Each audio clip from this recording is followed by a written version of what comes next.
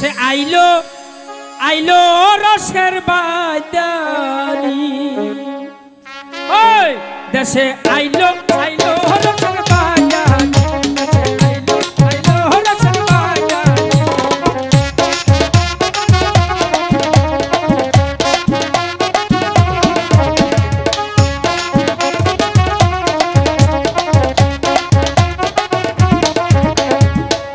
আমার বাইটা বড় বাইকো